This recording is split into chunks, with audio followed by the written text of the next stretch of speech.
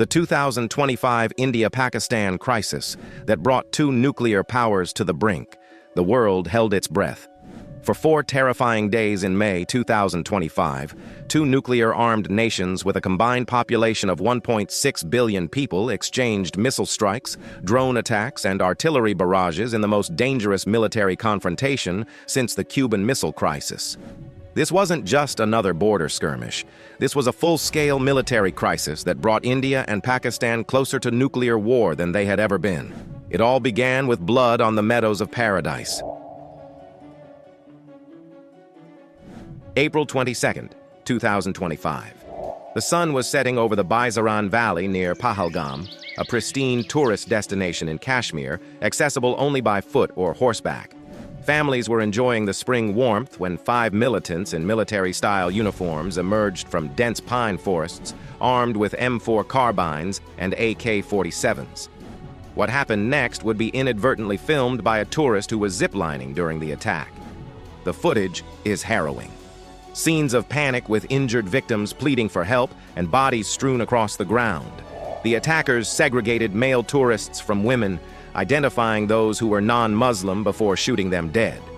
Survivors recalled how the gunmen questioned victims about their religious identity and political beliefs. One witness described the horror. "The firing happened in front of us. We thought someone was setting off firecrackers, but when we heard other people screaming, we quickly got out of there." When the carnage ended, 26 people lay dead, 25 tourists and 1 local pony rider. Among the victims was Vinay Narwal, a Navy officer, and Atul Mone from Mumbai. It was the deadliest attack on tourists in Kashmir since 2000. The attackers vanished into the mountains, leaving behind devastated families. The name chosen for India's military response, Operation Sindoor, referenced the red pigment married Hindu women apply to their foreheads, symbolically representing the widowed wives left behind. India's response was immediate. The government suspended the Indus Waters Treaty, a 1960 pact that had survived 3 wars, closed the Attari border crossing with Pakistan, and expelled Pakistani diplomatic staff. Television channels broadcast footage from Pahalgam on endless loops while anti-Pakistan protests erupted across Indian cities. Prime Minister Modi vowed to pursue the attackers to the ends of the earth. Opposition leaders demanded military action. "This is not an ordinary terrorist attack," declared MP Shashi Tharoor. "This is a serious quasi-military style operation." The massacre shattered India's narrative of Kashmir returning to normalcy. Nearly 3.5 million tourists had visited Kashmir in 2024, generating billions in revenue. In September 2024, Modi had proclaimed his party would create a Kashmir that would be terror-free and a heaven for tourists. Pakistan denied involvement in the attack, with some officials even suggesting it was a false flag operation. The two nations traded accusations as diplomatic relations plummeted to their lowest point in years. Soon after midnight on May 7, 2025, India launched Operation Sindoor, using precision-guided weapons including BrahMos cruise missiles, Israeli loitering munitions, and French Scalp air-launched missiles. Indian forces targeted 9 sites across Pakistan and Pakistan-administered Kashmir. The operation represented a significant escalation from previous Indian military responses. Unlike the limited surgical strikes of 2016 or the symbolic Balakot raid of 2019, Operation Sindoor was designed to inflict substantial material damage on terrorist infrastructure. Indian Rafale jets struck targets in Pakistan's Punjab province, the first time since the 1971 war, hitting locations in Bahawalpur, Muridki, Shakar Gar, and near Sialkot. Additional strikes targeted Muzaffarabad and Kotli in Pakistan-administered Kashmir. Satellite images later showed extensive damage, including the Masjid-e-Markaz Taiba religious school in Muridka engulfed in flames. India claimed the strikes were focused, measured, and non-escalatory, targeting only terrorist infrastructure while avoiding civilian areas and military installations. Pakistan's retaliation was swift and devastating. The Pakistani military claimed to have shot down 5 Indian aircraft, including 3 expensive Rafale fighter jets. For the first time in combat, Pakistani forces deployed Chinese PL-15 long-range air-to-air missiles, with debris later recovered across Indian territory. The aerial battles were unprecedented in South Asian warfare. Pakistan scrambled Chinese-supplied J-10 aircraft alongside domestically assembled JF-17S.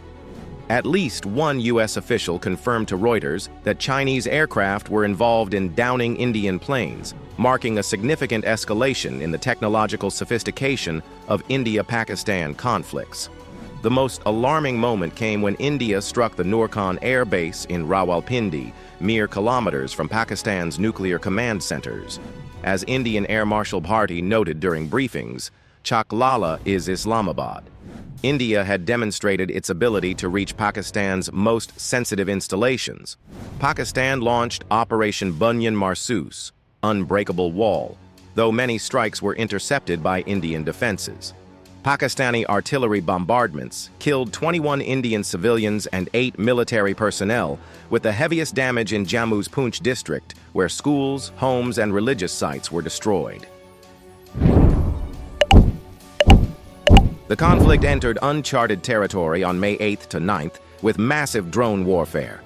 Pakistan claimed to have shot down 48 Indian drones in 16 hours, while India reported drone activity across 26 locations from Kashmir to Gujarat. Both sides deployed coordinated swarms of unmanned aircraft in what military experts called a preview of future warfare.